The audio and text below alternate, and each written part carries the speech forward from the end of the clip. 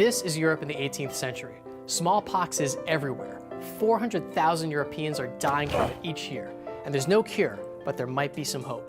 When we got the idea to do this video, it was in the news. I think someone in Trump's staff, I can't remember who, I was reading an article that they were a notable anti-vaccination person.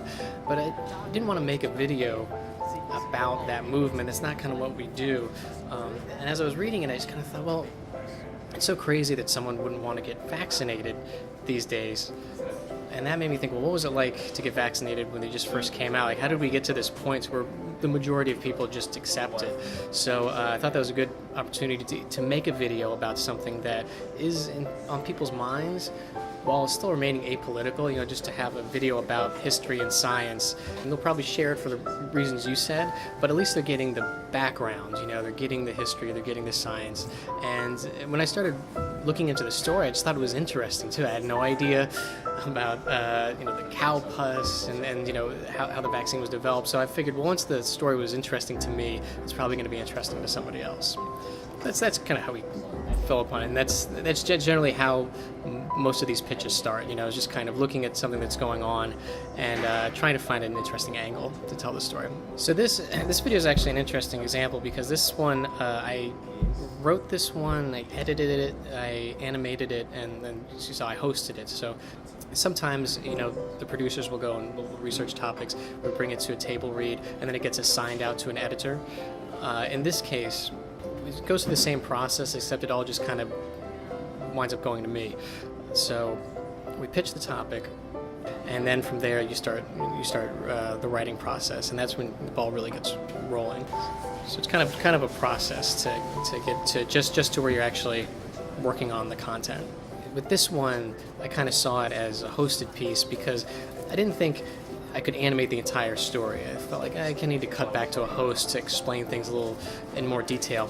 But then sometimes there's podcast stories. Trace used to do a lot of those where you just sit there at the computer and kind of explain the thing to you. Well, it wasn't enough information there to do it in that style. It just kind of fit neatly in this hosted on-screen format.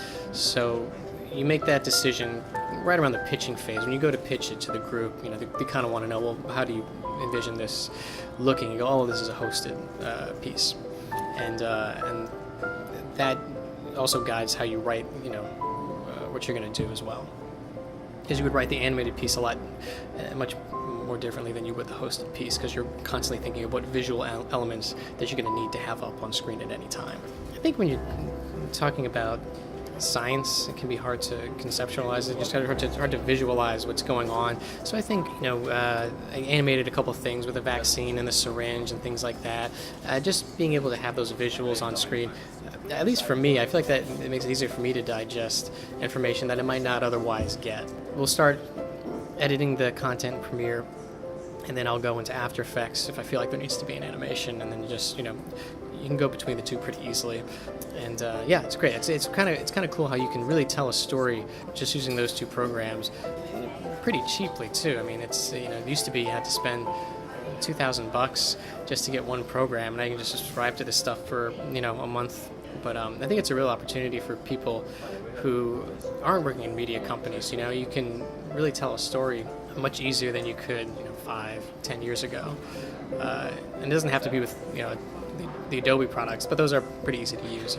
Those are they're cross-platform too, so that's pretty great. Whenever you do projects like this, you always want more time, and it's funny. I was trying to. The video was so recent, but I felt like I had to watch it again just to remember, what I had done, because you're always moving on to the next thing, and you're trying to get out things quickly.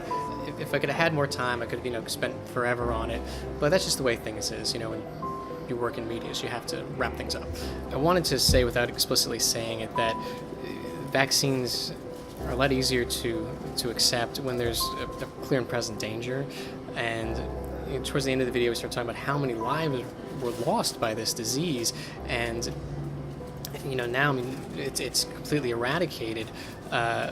It's easy to lose sight of just how big of a thing that is, and how many people died every year just from one disease, when you could die from a lot of different stuff back when they came up with the smallpox vaccine.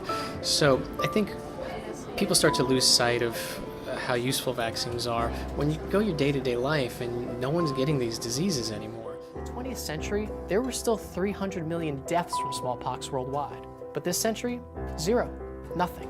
The last recorded case was in 1978. Today, the disease exists only in protected labs. All thanks to a curious scientist, some milkmaid pus, and one really, really lucky kid.